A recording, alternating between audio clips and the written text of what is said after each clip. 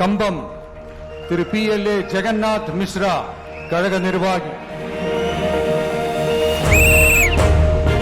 நான் இந்த ஊருக்கு நல்லது செஞ்சிருக்கேன், நம்பிக்கையா நிக்கிறேன். என்கிட்ட கரப்ஷன் இல்லை. கேப்டன் விஜயகாந்த் மக்கள் இழந்துட்டாங்க. ஒரு தலைவன் இருக்கிறப்ப அவனை கொண்டாட பழகிக்கங்க அப்படின்னு. அதைத்தான் இப்ப விஜய்க்கு சொல்றேன். புறக்கணிக்கப்பட்ட ஒரே சட்டமன்ற தொகுதி கம்பம் சட்டமன்ற தொகுதி. இங்க தொழிற்சாலைகள் கிடையாது, அரசு கல்லூரியே கிடையாது. தொழிற்சாலை வச்சா மண் வளம் போயிடும், இயற்கை மாசு இல்லாத தொழிற்சாலை கொண்டு வருவோங்கிறேன். டிவிக்கு ஓட்டை எந்த விதத்திலையுமே தடுக்க முடியாது. மக்கள் விசிலுக்கு ஓட்டு போடணும் அப்படிங்கிற முடிவுல இருக்காங்க. இப்போ டிவி கீழே இருக்கிற இளைஞர்களுக்கு அரசியல் கிரிக்கெட் கிடையாது, இது ரசிகர் கூட்டம் தான் அப்படிலாம் சொல்றாங்க. இந்திய அரசியலிலே தமிழக வெற்றிக்களத்தில் இருக்கக்கூடிய கட்டமைப்பு எங்கே இல்லை. எதை வச்சு சொல்றீங்க? 1000 நாங்க, அப்புறம் 2000க்கு வந்தாங்க, இப்ப ஏதோ 5000 சொல்றாங்க. ஓட்டுக்காக குளங்கள் குட்டைகள் எல்லாமே ஆக்கிரமிப்பு செய்யப்பட்டு தூர் வரப்படாம பராமரிக்கப்படாம நீருடைய அளவு கொள்ளளவு குறைஞ்சிருச்சு. அதுனால இறக்கக்கூடியவர்கள் 50,000 பேர் செத்துக்க, 1,00,000 பேர் நீ செத்துக்க, எனக்கு அரசாங்கத்துக்கு வருமானம் வந்தா போதும் அப்படின்னா ஒரு அரசாங்கத்தினுடைய கொள்கை மனிதனை கொல்றதா? தெரியாம இடம் போடுறாங்க. மே 4ஆம் தேதி அவங்க இடம் போட்டதுக்கான ரிசல்ட்டை பார்ப்பாங்க.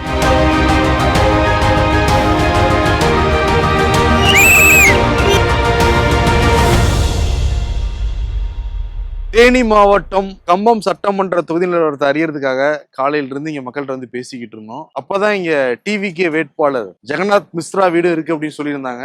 வந்தோம், சரி அவர்கிட்ட போய் கலைஞர் எப்படி இருக்கு, வெற்றி எப்படின்னு கேட்போமா, வாங்க. தேர்தல் களம் ரொம்ப பிஸியா இருப்பீங்க வழக்கத்தோட. இந்த டைம் உங்களுக்கு எப்படி சொல்லணும், ஒரு நாள் ரொட்டீன் எப்படி இருக்கு? எத்தனை மணிக்கு எழுந்திரிங்க இன்னைக்கு? காலையில் மேக்ஸிமம் 4:30க்கு எந்திரிச்சிடுறேன். 4:30க்கு எந்திரிச்சு ஒரு 5 மணிக்கு பேப்பர் வந்துடும்.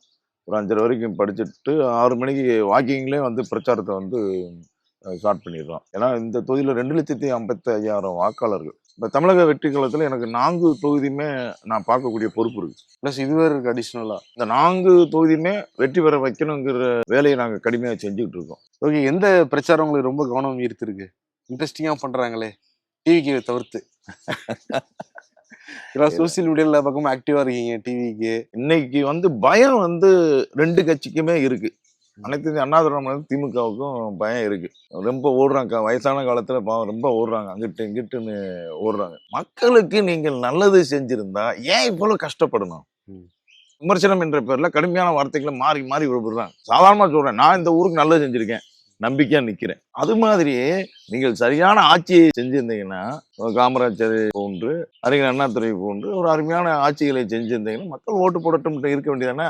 நீங்க சொல்ற ரொம்ப லாஜிக் சார். அவங்ககிட்ட என்ன சொல்லுவாங்கன்னா, காமராஜர் செய்யாத நல்லதா அந்த தொகுதி மக்களுக்கு, அவரே தோக்கடிச்ச மன்னதானே அப்படின்னு சொல்லுவாங்கல்ல. இன்னைக்கு தாவேகாவுக்கு மிகப்பெரிய ஒரு அமோக வரவேற்பு களத்துல இருக்கு. இப்ப சர்வேல என்ன பண்றாங்க, தாவேகா 1, 2, தாவேகா 3ஆவது இடத்துல இருக்குங்கிறாங்க.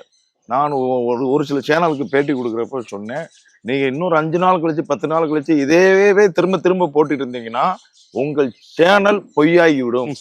நாளைக்கு பார்ப்பான், எலெக்ஷன் பிறகு பார்ப்பான், என்ன தாவேகா வந்துருச்சு, சர்வே எப்படி இருக்கேன். அப்ப உண்மையான சர்வேயை அடுத்த 10 நாள் கழித்து ஒவ்வொரு சேனல் வெளியிட்டு தான் ஆகணும். மக்கள் மத்தியில அவ்வளவு அமோக எழுச்சி, மிகப்பெரிய ஒரு அலை. இந்த அனைத்து இந்திய அண்ணா திராவிட முன்னேற்ற கழகத்துக்கும் திமுகவுக்கும் மாற்றா அரசியல் வேணும் அப்படிங்கிறத மக்கள் விரும்புறாங்க. முதல்ல விஜய் எப்ப சந்திச்சீங்க நீங்க? என்னைய வேட்பாளர் அறிவிக்கிறதுக்கு 2 நாளைக்கு முன்னாடி சந்திச்சேன். 1/4 மணி நேரம் ஃப்ரீயா பேசினாரு. பல்வேறு விஷயங்களை உங்களை பத்தி தெரிஞ்சு வச்சிருந்தாரா முன்னாடி? ஆமா, என்னை பத்தி முழுவதுமா தெரிஞ்சிருந்தார்.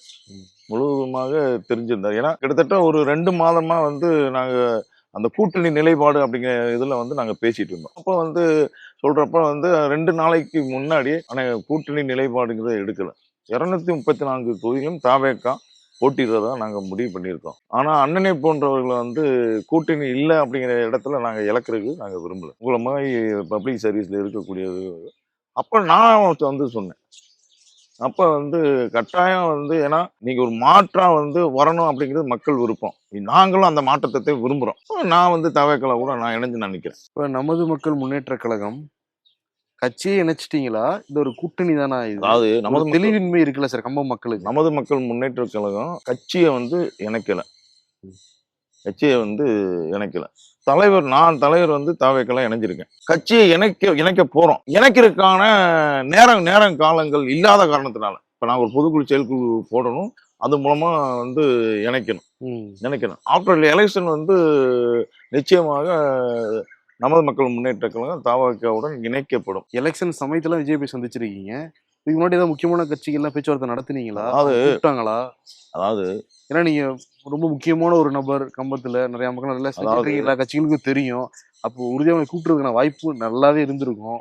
நான் வந்து அரசியல்ல 20 ஆண்டு காலம் இருக்கேன். கிட்டத்தட்ட 5 முதல்வர்களையும் சந்திச்சிருக்கேன். ஐயா கலைஞரில் இருந்து அம்மா புரட்சி தலைவர் அம்மா அவர்களை 7 முறை சந்திச்சிருக்கேன். தற்போதைய முதல்வரை 10 முறைக்கு மேல சந்திச்சிருக்கேன். அப்புறம் எடப்பாடி ஐயா, ஓபிஎஸ் ஐயா இவங்களுடன்லாம் நான் பயணிச்சிருக்கோம், இருந்திருக்கோம். எல்லாருக்கும் ஜனாத் மிஸ்ரா வேணும் அப்படின்னு. என்கிட்ட கரப்ஷன் இல்லை. தூய அரசியல், இந்த மண்ணுக்கான அரசியல்.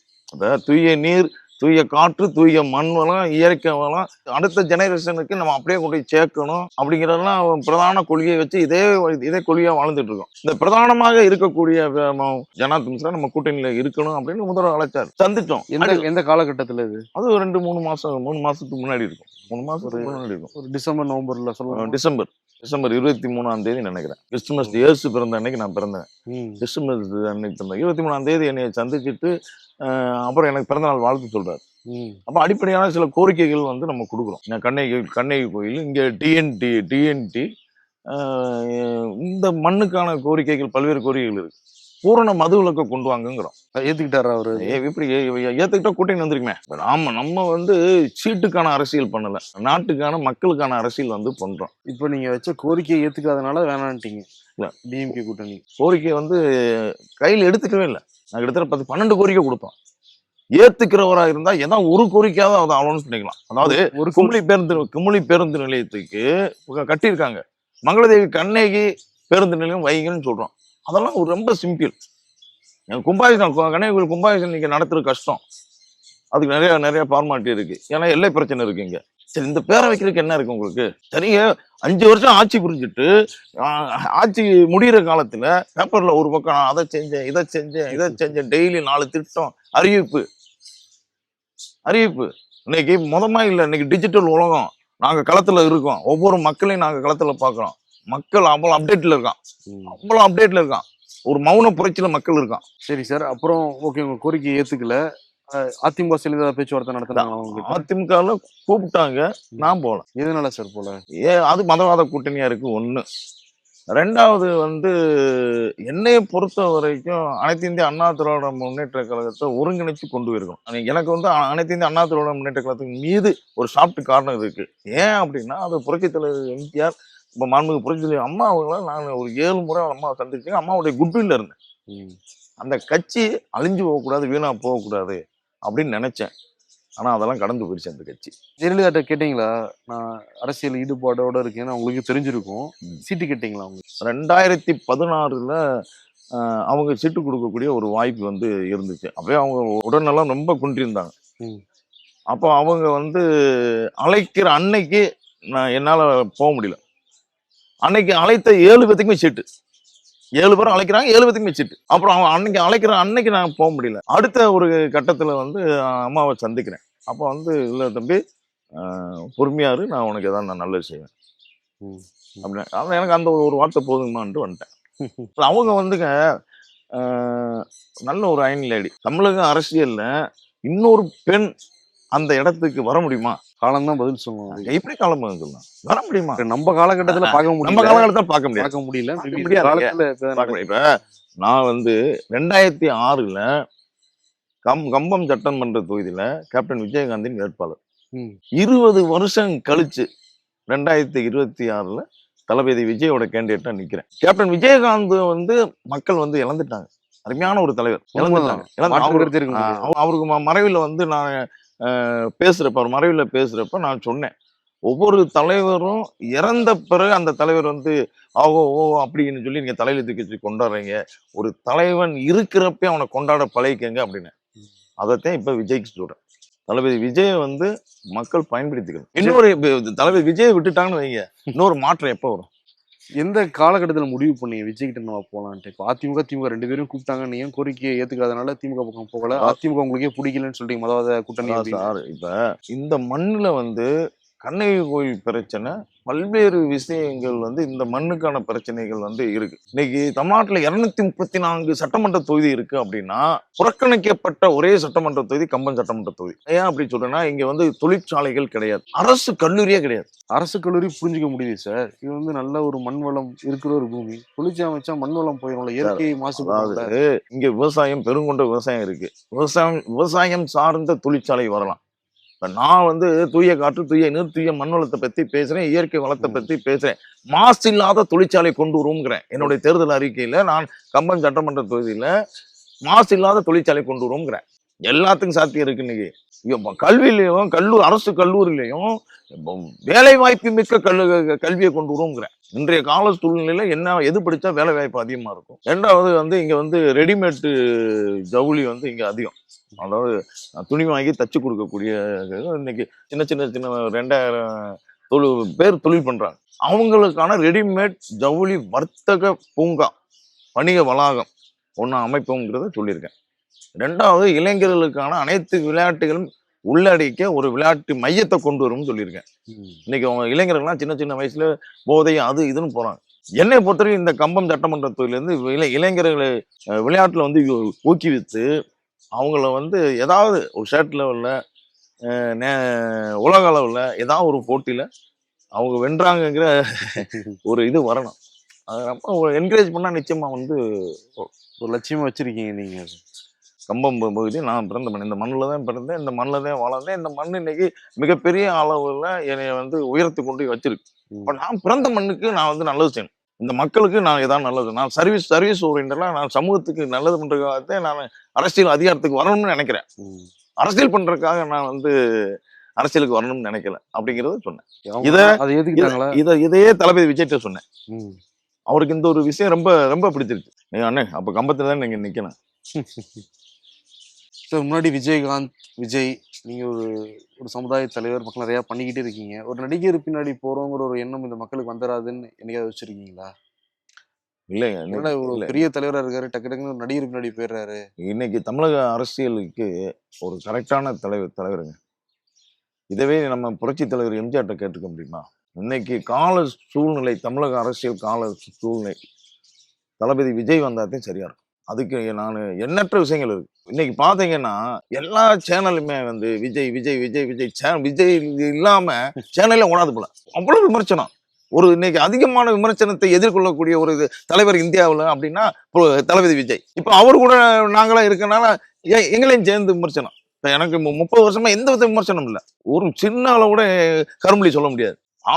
தளபதி விஜய் அவ்வளவு விமர்சனத்தை தாங்குறப்ப நீங்க கொடுக்குற 4-5 விமர்சனம் தாங்க மாட்டேன்னா கொடுங்க. ஒரு நல்ல தலைவர் தேர்ந்தெடுத்து தான் போறீங்கன்னு சொல்றீங்க. நல்ல தலைவரை தமிழகத்துக்கு ஏற்படுத்தி கொடுத்துருக்கோம். அதை வந்து நம்ம வந்து அவரை வந்து அதிகாரத்தில் அமர வைக்கணும். நிச்சயம் மாற்றம் வரும். பிரச்சாரத்துக்கு நமக்கு லேட் ஆயிடுச்சு. வாங்க பிரச்சார பாதையிலே நம்ம பேசுவோம். அப்ப நிறைய கேள்வி கேட்கலாம்ல சார்? நிறைய கேட்க வாங்க, கேளுங்க. ஓகே சார், ரெடி ஆயிட்டு வாங்க சார். இருக்கீங்க, வாங்க நம்ம பிரச்சாரத்தில் போயிட்டே பேசுவோமா sir? Okay sir, super sir. காலையிலேயே ஆரம்பிச்சிட்டீங்க பிரச்சாரத்தை? ஆமா. இப்போ காலையில் எத்தனை மணிக்கு சார் ஸ்டார்ட் பண்ணுவீங்க பொதுவாக பிரச்சாரத்தை? பிரச்சாரம் நான் காலையில வாக்கிங்லேயே ஸ்டார்ட் பண்ணிடுறேன். ஒரு 6 மணிக்கு வாக்கிங்லேயே ஸ்டார்ட் பண்ணிட்டு ஒரு 9-9:30 வரைக்கும். அதான் மிஸ் பண்ணிட்டேன்னு நினைக்கிறேன். வாக்கிங் பேப்பர் படிக்கிற டைம்ல வந்துட்டேன்னு நினைக்கிறேன். 9-9:30 வரைக்கும் பிரச்சாரம் பண்ணிட்டு வந்து சாப்பிட்டுட்டு திரும்ப அப்படியே பிரச்சாரத்துக்கு கிளம்பிடுவேன். நைட் 10 மணி வரைக்கும் பார்த்தோம். 10 மணி வரைக்கும். இதான் வந்து இப்போ இந்த எலெக்ஷன் ஆரம்பிச்சதுலேருந்து இதான் ரொட்டீனா இருக்குது. ஆமா ஆமா. நைட்டு 10 மணிக்கு மேல வந்து நாளைக்கு என்ன கட்டமைப்பு பண்றது, இன்னைக்கு என்னென்ன வேலை எல்லாரும் செஞ்சிருக்காங்க அப்படிங்கிறது நைட்டு 1 மணி 1:30 மணி வரைக்கும் டிஸ்கஷன் பண்ணுவோம். நாட்கள் ரொம்ப கம்மியா இருக்கு. அதனால வந்து உழைப்பை வந்து கூடுதலா உழைக்க வேண்டியது. நிச்சயம் சார். இப்போ பொதுவாக வந்து டிவிக்கு மேலே வைக்கிற விமர்சனம் என்ன அப்படின்னா, திமுக அதிமுக இல்லை டிவிக்கு எதிர்க்கிறவங்க பூத் கமிட்டியில் ஆள் இல்லை, களப்பணியாளர்கள் கிடையாது, இங்கே எக்ஸ்பீரியன்ஸ் இல்லை, திமுக அதிமுக காலங்காலமாக இருக்கிற கட்சி, எந்த வீட்டில் யார் இருக்கான்னு தெரியும், யார் ஓட்டு போடுவாங்கன்னு தெரியும், எந்த கட்சி ஓட்டு போடுவாங்க வரைக்கும் தெரியுங்கிற மாதிரி சொல்லுவாங்க. அந்த கட்டமைப்பு இருக்கா இல்லையா? கம்பத்துல நீங்க என்ன ஃபீல் பண்ணிருக்கீங்க? அதாவதுங்க பேசிக்கா வந்து எங்களுடைய ஃபேமிலி வந்து ஒரு அரசியல் குடும்பம். ம். ஒரு காங்கிரஸ் பேரியக்கத்துல இருந்த குடும்பம். அ நான் வந்து இன்னைக்கு வந்து தமிழக வெற்றி கழகத்த பார்த்து மிகப்பெரிய ஒரு வியந்தது வந்து என்ன அப்டின்னா, இந்திய அரசியலிலே தமிழக வெற்றி கழகத்துல இருக்கக்கூடிய கட்டமைப்பு வந்து எங்கேயும் இல்ல. எத வச்சு சொல்றீங்க? எனக்கே பூத் கமிட்டி வந்து நான் கட்சிக்குள்ள வாரதுக்கு முன்னாடி வந்து பூத் கமிட்டிலாம் எப்படி அமைக்க போறோம், எப்படி செய்ய போறோம் அப்படிங்கிற மிகப்பெரிய ஒரு இது இருந்துச்சு. புது கட்சி எப்படிடா பூத் கமிட்டிலாம் அமைக்க போறோம் உங்களுக்கு ஒரு தடுமாற்றம் இருந்திருக்கு. ஒரு ஒரு சின்ன தடுமாற்றம் இருந்துச்சு. ம். ஆனா உள்ள வந்து பார்த்த உடனே பார்த்தீங்கன்னா, எல்லா வேலையுமே தரோவா செஞ்சு வச்சிருக்காங்க. ஒரு சிஸ்டமேட்டிக்கா. பூத் கமிட்டி போட்டு வாக்குச்சாவடி பொறுப்பாளர்கள் கம்பம் தொகுதி.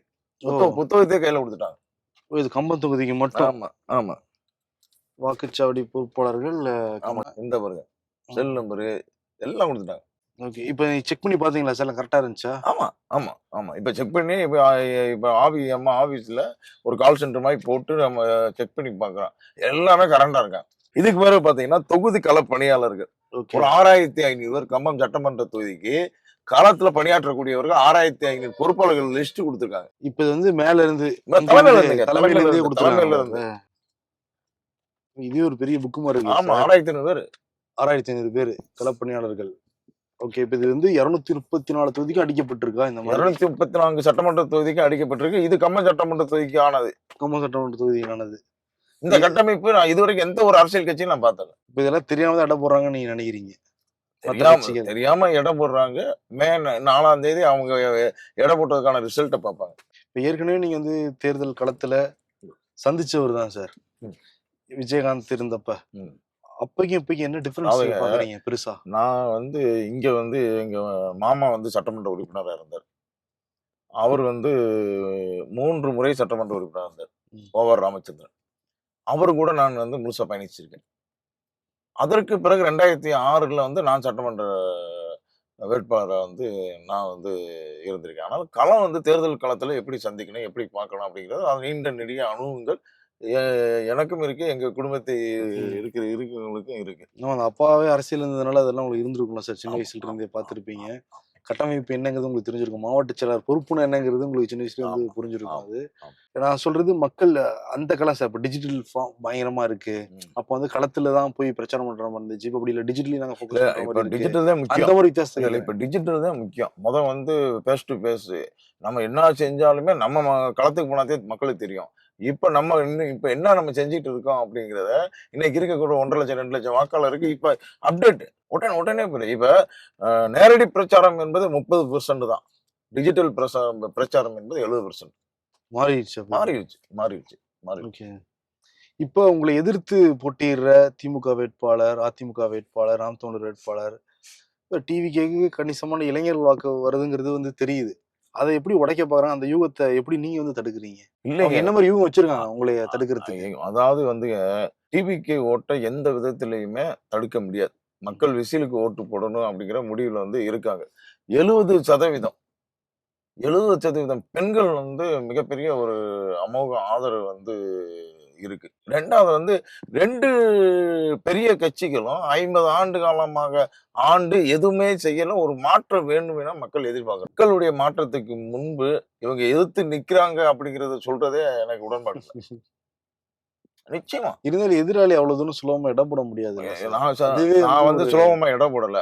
அவங்க வந்து பணத்தை மட்டும் நம்புறாங்க. என்ன வீகம் அமைக்கிறாங்க அப்படின்னு சொன்னீங்களே, பண வீகம் அமைக்கிறாங்க. ஒரு பண ஓட்டுக்கு பணம் ஒரு ஓட்டுக்கு எவ்வளவு தரதா பிளான் வச்சிருக்காங்க? திமுக இங்க கம்பம்ல. அதாவதுங்க நான் வாரதுக்கு முன்னாடி 1000னாங்க. அப்புறம் 2000க்கு வந்தாங்க. இப்ப ஏதோ 5000ன்னு சொல்றாங்க. ஒரு ஓட்டுக்கா? ஒரு ஓட்டுக்கு 5000ன்னு சொல்றாங்க. நிச்சயமாக உழைத்த பணத்தை ரூ. 5000 யாரும் குடுப்பாங்களா? சரி ஏன் ரூ. 5000 குடுத்து ஓட்டு வாங்கி மக்களுக்கு நல்லது செஞ்சிருந்தேன்னா, ஏன் பணத்த குடுத்து ஓட்ட வாங்கணும்? நான் கேட்டேன். ஒரு பப்ளிக்கான ஒரு மீட்டிங்ல வந்து கேட்டேன். பணம் குடுக்க மாட்டேன்னு சொல்லி கோயில்ல வந்து சத்தியம் பண்ணு. நானும் சத்தியம் பண்ணேன். நீயும் சத்தியம் பண்ணு. சத்தியம் பண்ண முடியுமா? ஒரு வாக்க வந்து ஒரு ரூ. 1000 ரூ. 2000 குடுத்து அந்த மக்கள நான் விலைக்கு வாங்கிறேன்னு சொல்றது எவ்வளவு தரங்கெட்டத்தனம். மக்களுக்கு உண்மையா உழைக்கணும். மக்களுக்கு உண்மைய குடுக்கணும். மக்களுக்கான பணியாளனா இருக்கணும். ஒரு சட்டமன்ற உறுப்பினரா என்ன? கம்பம் தொகுதியின் வேலையை மக்களுக்கான வேலையை செய்யக்கூடிய ஒரு வேலைக்காரன். எவ்வளவோ விஷயம் இருக்கு. இன்னைக்கு காலையில கூட காலையில் நான் பேப்பர் படிச்சுட்டு நான் குளிக்கிறக்குள்ளேயும் மக்கள் நிறைய கோரிக்கை. அரசாங்கம் ஒரு காம்பவுண்ட் சுவரை கட்டி கொடுத்துருக்கு. ஆனா அந்த காம்பவுண்ட் சுவருக்கு பூச்சலை. ஒரு காம்பவுண்ட் சுவரு பூச்சி அது வெள்ளை அடித்து முழுவதுமா தானே கொடுக்கணும். சரி ஏன் கொடுக்கலையா அப்படின்னு கேட்கிறப்ப கரப்ஷன் கமிஷன் அவன் கான்ட்ராக்ட் எடுத்து கலெக்ஷன் கான்ட்ராக்ட் எடுத்தவனுக்கு நம்ம கான்ட்ராக்ட் ஒரு 10 லட்ச ரூபாய்க்கு ஒரு கான்ட்ராக்ட் எடுக்கிறான்னா 3 லட்சம் 4 லட்சம் கமிஷனாவே கொடுத்துட்டான்னா அவன் செங்கல் தான் வைக்க முடியும். எப்படி பூச முடியும்? கரெக்ட் தான். ஏன்னா நீங்க வந்து தொடர்ந்து சமூக சேவை இருக்கிறதுனால எப்படி எப்படிலாம் பணம் லீக் ஆகுதுன்னு நல்லாவே தெரிஞ்சிருக்கும். பணம் லீக் ஆகுது சார். இந்த கொடுமையெல்லாம் எப்ப மாறும்? சரி, இந்த கொடுமை எப்ப மாறும்? அரசியல்ல இந்த கொடுமை வளர்ந்துகிட்டே போனா நாட்டின் நிலை என்ன? இந்த ஊழலும் காம்பவுண்ட் சோறு செங்கல் மட்டும் நிக்குதுன்னு அடுத்து நிறைய விஷயங்கள் நம்ம பேசிட்டே போலாம். நிறைய விஷயங்கள். இப்ப திமுக வேட்பாளர் ராமகிருஷ்ணன் பல முறை ஜெயிச்சவர் இந்த தொகுதியில. அதிமுகவுமே வந்து ஜெயிச்சிருக்காங்க. 4 முறையோ 3 முறையோ ஜெயிச்சிருக்காங்க இந்த தொகுதியில. இவங்க முன்னாடி ஜெயிச்சு களத்துல வெற்றி பெற்றவங்கள ஜெயித்திர முடியும்னு நம்புறீங்களா நீங்க? நல்லது செஞ்சிருந்தால் இந்த மக்களுக்கு நல்லது செஞ்சதா இன்னைக்கு ஓடுறாங்க. இப்ப நான் தூங்குறேன்னு இல்லையோ அவங்க தூக்கம் கட்டு போய் ஓடுறாங்க. தூக்கம் கட்டி போய் ஓடுறாங்க. இப்ப வலுவான வேட்பாளர் அப்படிங்கிற நிலையில அவங்க என்னை பாக்குறாங்க. என்னை சாதாரணமா எடுத்துக்கிட்டா இவ்வளவு அவங்க சுத்த வேண்டிய அவசியம் இல்லை. என்னென்னமோ சுத்துறாங்க. 2வது எந்த நல்லதுமே செய்யல. நான் சொல்றேன் 234 சட்டமன்ற தொகுதியில புறக்கணிக்கப்பட்ட தொகுதி கம்பம் சட்டமன்ற தொகுதி. நீங்களே போகலாம். நீங்க சர்வே பண்ணுங்க. தங்களை வளர்த்து கொண்டதை தவிர்த்து பக்கத்துடுக்கான கூட நல்ல செயல். அவர் இருக்கக்கூடிய பகுதியில 2000 வீடுகளுக்கு பட்டா இல்ல. பட்டா கொடுக்கறது ஒரு அரசின் அடிப்படை கடமை. இதை கூட செய்யலாம் அப்படின்னா எப்படி? நிறைய இருக்கு. நான் இவருடைய குறையில பேசுறதுக்கு எனக்கு அதுக்கான நேரம் இல்லை. நான் மக்களுக்கு என்ன செய்ய போறேன்? நான் மக்களுக்கு நிறைவா என்ன செய்ய போறேன்? மக்கள் என்ன கேக்குறாங்க உங்ககிட்ட? ஃபர்ஸ்ட் எடுத்தோடனே சார் இதை பண்ணி கொடுங்கன்னு. பொதுவா ஆல்ரெடி கம்பத்துக்காரர் தான் உங்களுக்கு எல்லாமே தெரியும். ஒரு டிவிக்கு வேட்பாளரா போறப்ப மக்கள்கிட்ட இது எங்களுக்கு அவசிய தேவை சார். அதாவது சார், நான் கம்பம் சட்டமன்ற தொகுதியில உறுதியா நிக்கணும் அப்படிங்கிற ஒரு முடிவு எடுத்ததுக்கான காரணம் இங்க கிட்டத்தட்ட ஒரு 30,000 பேருக்கு வேலை வாய்ப்பு இல்லை. சரியான வேலை வாய்ப்பு இல்லை. இப்ப நீங்க இந்த வயலெல்லாம் நீங்க பார்க்கலாம். இப்ப 3 போகம் நெல் சாகுபடி செஞ்சுக்கிட்டு இருந்த வயல் இப்ப 2 போகத்துக்கு இப்ப 1 போகத்துக்கு வந்துருச்சு. காரணம் ஆள் இல்லையா? ஆள் இல்லை சார். இங்க அதாவது குளங்கள் குட்டைகள் எல்லாமே ஆக்கிரமிப்பு செய்யப்பட்டு தூர் வரப்படாம பராமரிக்கப்படாம நீருடைய அளவு கொள்ளளவு குறைஞ்சிருச்சு. நான் இப்ப என்ன சொல்லியிருக்கேன், இந்த 2 போக சாகுபடியா 3 போக சாகுபடியா நம்ம நிச்சயமாக கொண்டு வருவோம். அரசாங்கம் இந்த குளங்கள் குட்டைகள் எல்லாம் அரசாங்கத்தை ஃபண்டு கேட்போம். அவங்க அரசாங்கம் ஃபண்டு கொடுக்கலைன்னா நம்ம சொந்த நிதியை போட்டு நம்ம செஞ்சு இது 3 போகமா நம்ம மாத்தணும். நான் நம்ம தமிழ்நாடே மாற்ற முடியாது, இந்தியாவே மாற்ற முடியாது. ஆனா என்னால நிச்சயமாக கம்பம் சட்டமன்ற தொகுதியில எந்த குறை இல்லாமல் என்னால கொண்டு வர முடியும். இப்ப வேலை 30,000 பேத்துக்கு வேலை இல்லை. இப்ப அன்றாடம் தினந்தோறும் பாத்தீங்க அப்படின்னா இங்க இருந்து கேரளாவுக்கு வேலைக்கு போறாங்க 10,000 பெண்கள். என்ன வேலைக்கு போறாங்க? ஏலக்காய் எஸ்டேட்டுக்கு, மிளகு எஸ்டேட்டுக்கு வேலைக்கு போறாங்க. அன்றாடம் காலையில 4 மணிக்கு எந்திரிச்சு சோறாக்கி தன்னுடைய கணவனுக்கும் மகனுக்கும் வச்சுட்டு ஜீப்ல வச்சு போவாங்க. ஒரு ஜீப்ல 5 பேர் 6 பேர் 7 பேர் பயணிக்கக்கூடிய ஜீப்ல 20 பேர் 25 பேர் ஆடு மாடை விட மோசமா இங்க இருந்து கொத்தடிமையாகி வேலைக்கு போறாங்க. 400 ரூபாய் சம்பளம். இங்க கேரளா அருகாமையில் இருக்கிறதுனால இங்க மாட்டு வியாபாரம் இருக்கு. அந்த மாடை ஒரு லைலாண்டுல 12 மாடுக்கு மேல ஏத்திட்டு போக கூடாதுன்னு சட்டம் இருக்கு. ஆனா ஒரு ஜீப்ல 5 பேர் பயணிக்கக்கூடிய 6 பேர் பயணிக்கக்கூடிய ஜீப்ல 20 பேர் 25 பேரை திணிச்சுக்கிட்டு ஏத்திட்டு போறாங்க. நான் 20 வருஷம் இதை பார்த்துக்கிட்டு இருக்கேன்.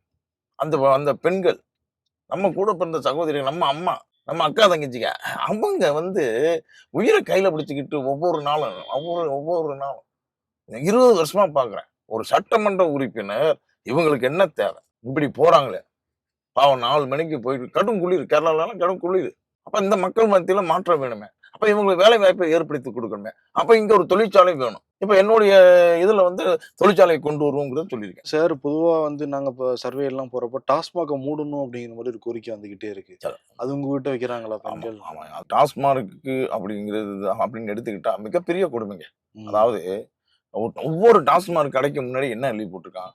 மது நாட்டுக்கு வீட்டுக்கு உயிருக்கு கேடு. ஒரு அரசாங்கம் மது நாட்டுக்கு வீட்டுக்கு உயிருக்கு கேடுன்னு எழுதி போட்டுட்டு அதை விற்பனை செய்யலாமா? கேட்டா அதெல்லாம் வருமானம் வருதுன்னு சொல்றாங்க. இப்ப நான் உங்களுக்கு ஒரு சாப்பாடு கொடுக்குறேன், இதை சாப்பிட்டா உங்க உயிருக்கு உடலுக்கு கேடு சார்ன்னு சொல்லி அந்த சாப்பாடை கொடுத்தா நீங்க சாப்பிடலாமா?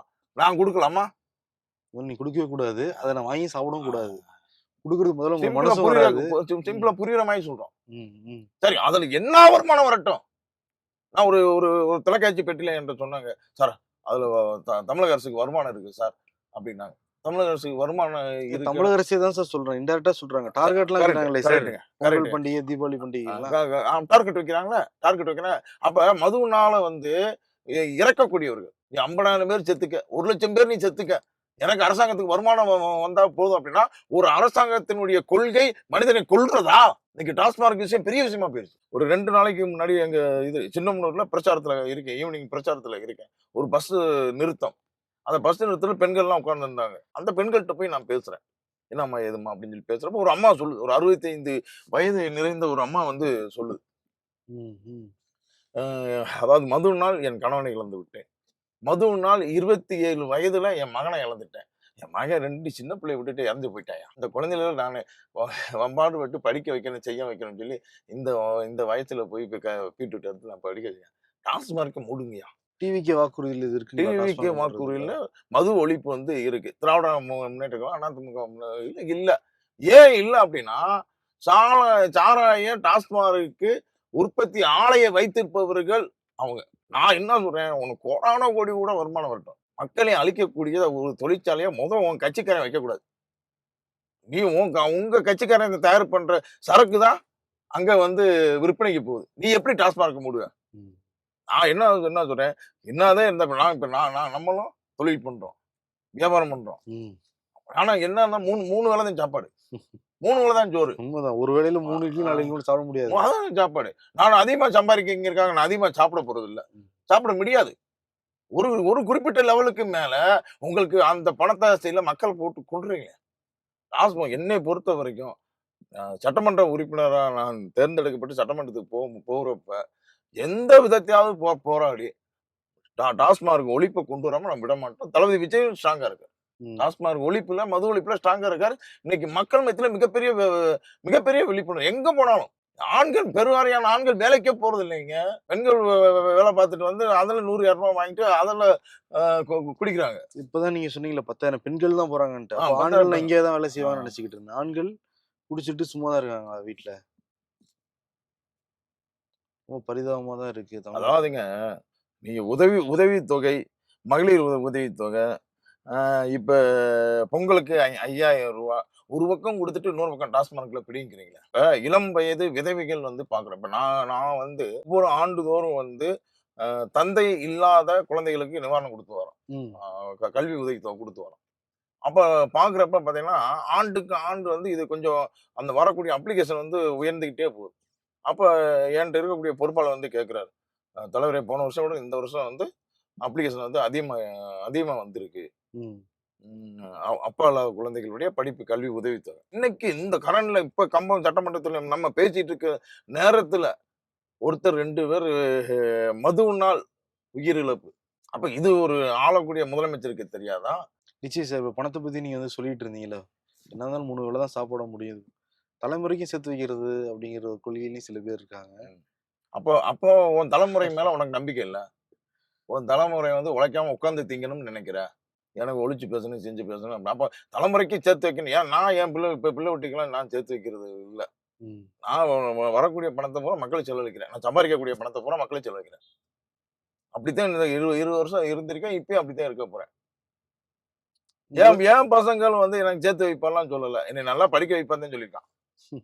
என் பசங்களும் எங்க நல்லா படிக்க வைப்பா, நாங்க பாத்துக்கிறோம்ப்பா, நீ மக்களுக்கு செஞ்சுட்டே இருப்பாத அவன் வந்து சொல்றான். அடுத்த தலைமுறை வந்து அவன் உழைக்கணும். அவன் உழைக்காம நீ பணத்தை சேர்த்து வச்சுட்டு போயிட்டேன்னா, அவனும் 30 வயசு 40 வயசுல அவனு மதுவினால பல்வேறு கெட்ட பழக்கத்தினால அவனு வீணா போயிடான். பெரும் கோடீஸ்வரன், பெரும் பணக்காரன், பணத்தை சேர்த்து வைக்கணும்னு நினைக்கக்கூடிய பெரும் அரசியல்வாதிகளுக்கு நான் சொல்லக்கூடிய கருத்து இதுதான். நீ பணத்தை சேர்த்து வைக்கிறேன்னா உன் பிள்ளைய வந்து உயிரோட கொல்ல போறதே அர்த்தம். உங்களை பொறுத்த வரைக்கும் பணம்னா என்ன? பணம்னா காய் தான், அவ்வளவுதான். ஆனா அது இருந்தாலும் சார் இப்ப நீங்க உதவியே பண்ண முடியுது பல பேருக்கு. இல்ல அதை சார், வெறும் கரெக்டா. காகிதம்னு அந்த சொல்லிட்டு காகிதம் கடத்திட அது முடியும். அது காகிதம்னு நினைச்சாத்தான் செலவழிக்க முடியும். பணம்னு நினைச்சோம்னா பெட்டியில வச்சு பூட்டி வைக்கத்தான் முடியும். அது வெறும் காகிதம், வெறும் பேப்பரு. எங்க தொகுதியில எங்க மக்கள்கிட்ட என்னை பத்தி கேட்டு பாருங்க. கேட்டு பாருங்க. உதவின்னு எங்க வீட்டுக்கு வந்துட்டா, நான் அது என் ஸ்டாஃப் என்கிட்ட 4000 பேர் ஸ்டாஃப் இருக்கான். அவனுக்கு இதைத்தான் நான் சொல்லுவேன். பணம்னு அப்படின்ட்டு அது பாக்கெட்ல இருக்குன்னு நினைப்பீங்க. பேப்பர்னு நினைச்சீங்கன்னா, உதவிங்க. ஆ வீட்டுல என்ன சார் சொல்லுவாங்க? வீட்ல வந்து என் கேரக்டர் புரிஞ்சுக்கிட்டாங்க. ம். அதான் கல்யாணமாகி 21 வருஷம் ஆச்சு. ஆரம்ப காலத்துல என் கேரக்டர் புரிஞ்சுக்கிட்டாங்க. அவங்களுக்கு தெரியும். அவங்க சொன்னாலும் நான் நிறுத்த மாட்டேன்னு சொல்றாங்க. அவங்க இப்ப என் கேரக்டருக்கு அவங்க என் கேரக்டருக்கு திரும்பிக்கிட்டாங்க. நான் இல்லைனாலும் அவங்க எடுத்து குடுப்பாங்க. நான் ம். வீட்ல இல்ல அங்கிட்டு வெளிய போயிட்டேன் அப்படின்னா, வந்தாங்க. இந்த கோயிலுக்கு குடுத்தேன், அது குடுத்தேன், இது குடுத்தேன். உடம்பு முடியலைன்னு வந்தாங்க. படிப்பு செலவு கேட்டாங்க, கல்வி கேட்டாங்க. சரி, நீங்க டிவிக்கே வேட்பாளர் அறிவிக்கப்பட்டோனே உங்க ஃபேமிலி ரியாக்ஷன் என்னவா இருந்துச்சு சார்? உங்க பசங்க, உங்க ஒய்ஃப் எல்லாம் என்ன சொன்னாங்க? ரியாக்ஷன் அப்படின்னு கேட்கிறப்ப, ஒரே ஒரு வார்த்தை என் பையன் வந்து சிங்கப்பூர்ல படிக்கிறான். ம். ஆ அவன் வந்து சொன்னான், "அப்பா நீ ஜெயிச்சு வந்துருவப்பான்னு" சொன்னான். என்னடா அப்படி சொல்ற?" அப்படின்னு கேட்டேன். அவனுக்கு அரசியல் அது இது நான் என்ன பண்ணிட்டு இருக்கேன்னு கொஞ்சம் தெரியும், முழுசா தெரியாது. என்னடா அப்படின்னா, "இல்லப்பா நீ மக்களுக்கு அவ்வளவு செஞ்சிருக்கப்பா, அந்த மக்கள் உன்னை கைவிட மாட்டாங்கப்பான்னு" சொன்னான். ம். எனக்கு அப்படி இருக்கவும் ஒரு ஒரு அழுகையே வந்துருச்சு. ம். சரி பரவாயில்லையே. ஏன்னா நான் பிள்ளைகள பார்க்கிறதே இல்ல. ம். அவ்வளவு தூரம் வீட்ல மனைவி தான் பார்ப்பாங்க. நான் அவளுக்கு ஏன்னா அவ்வளவு வேலைப்பளு அது இதுன்னு போயிட்டே இருப்பேன். அவனுங்களே என்னை பெருசா டிஸ்டர்ப் பண்ண மாட்டாங்க, செய்ய மாட்டாங்க. ஆனா அவன் இந்த கருத்த எடுத்து சொல்றானே அப்படிங்கிறப்ப ஒரு எமோஷனலா இருந்துச்சு. எமோஷனா இருந்துச்சு. டிவிக்கு பத்தி பேசுறப்ப உங்க கொடி காருக்கு முன்னாடி இருக்கு. ம். நமது மக்கள் முன்னேற்ற கழகம். பக்கத்துல டிவிகே கொடி. நமது மக்கள் முன்னேற்றக் கழகம் நாங்கள் பல்வேறு கொள்கை சார்ந்த இயற்கை வளம், விவசாயம் சார்ந்து அ விவசாயம் வந்து வரணும். இளைஞருக்கான வேலை வாய்ப்பு இதெல்லாம் முன்னெடுத்து ஒரு பிரதான கொள்கையை வைத்து தோற்றுவிக்கப்பட்டது நமது மக்கள் முன்னேற்றக் கழகம். ம். இன்னைக்கு தமிழக வெற்றி கழகத்த பார்க்குறப்ப நீங்க எப்படி கொடியில ஒற்றுமை பார்க்குறீங்களோ, அதே மாரி கொள்கையில ஒற்றுமை இருக்கு. கொள்கையில நெறைய ஒற்றுமை இருக்கு. அதன் அடிப்படையில தான் நாங்க வந்து அந்த தமிழக வெற்றி கழகத்தோட பயணிக்கணும் அப்படிங்கிறத முடிவு பண்ணோம். அது காலையில உங்ககிட்ட நானு சொன்ன மாரி, அ தமிழக வெற்றி கழகத்தில் நான் இணைந்து போட்டியிடுவத கொஞ்சம் பெருமையா நினைக்கிறேன். இப்ப டிவிகேல இருக்கிற இளைஞர்களுக்கு அரசியல் புரிதல் கிடையாது. வெறும் ரசிகர் கூட்டம் தான் அப்படிலாம் சொல்றாங்க. இப்ப அந்த இளைஞர்கள் கூடயும் நீங்க வந்து பழகி பார்த்துருப்பீங்க, பேசியிருக்கீங்க. இப்ப நெறைய பேர் கூட ஆதரவுலாம் குடுத்து உங்க கூட டிராவல் பண்ணி வர்றத என் கண்கூடா வந்து பார்க்க முடியுது. நீங்க எப்படி பார்க்குறீங்க இந்த இளைஞர்கள்? சார் இப்ப ஏன்னா விஜய் வந்தா பெரிய கூட்டம் வருது, கீழ விழுவுறாங்க, நியூஸ்ல பெரிய விஷயமா அது போடுறாங்க. புரிதல் இல்லைன்னு சொல்றது தவறுங்க. இப்ப நானு சமீபமா இந்த செயல்வர்கள் கூட்டங்கள்லாம் அட்டெண்ட் பண்றப்ப உறுதிமொழி எடுக்குறாங்க. ம். எந்த ஒரு அரசியல் கட்சியிலயும் நானு பார்த்ததில்ல. ஒரு பையன் குடிச்ச பயல பார்க்குறதில்ல. வேற வேற கூட்டங்களுக்கு போறப்ப வந்து அந்த கூட்டங்கள்ல அந்த குடிச்சிருக்க வாடைய நம்மள தூக்கி விட்டுரும். இது கொஞ்சம் மிகைப்படுத்தி சொல்ற மாரி இருக்கே இல்ல, சார். இல்ல, இது இல்ல. என்ன சார்? நீங்க இப்பதான் நம்ம பாருங்க. டாஸ்மாக் பத்தி பேசிட்டு நீங்க இருக்கோம். வாங்க. டிவிகே இளைஞர்கள் மட்டும் குடிக்கிறது இல்லங்கிறது. தமிழக வெற்றி கழகத்தில் இருக்கக்கூடிய பெரும்பான்மையான இளைஞர்கள், எனக்கு தெரிஞ்சு ஒரு 99% இளைஞர்கள். 98% இளைஞர்கள். நானும் அத என்னடா கண்டுபிடிச்சு பார்ப்போம். ம். அப்படி பசங்களே இல்ல. கொள்கை ரீதியாக நல்ல கட்டமைப்பு. அருமையான கட்டமைப்பு. பசங்க வந்து உறுதிமொழி எடுக்குறான். ம். 2வது வந்து பேசி முடிச்சு நான் வெளியேறின பிறகும் கூட்டம் கலையும். இப்ப நாங்க வேட்பாளரா நாங்க போறப்ப தளபதி விஜய்க்கு என்ன ரெஸ்பெக்ட் குடுப்பாங்களோ அந்த ரெஸ்பெக்ட் குடுக்குறாங்க. அப்ப இதெல்லாம் பார்க்கிறப்ப தமிழக வெற்றி கழகத்தின் வேட்பாளரா போட்டியிடுறது மிகப்பெரிய ஒரு எனக்கெல்லாம் ஒரு பெருமையா தான் இருக்கு.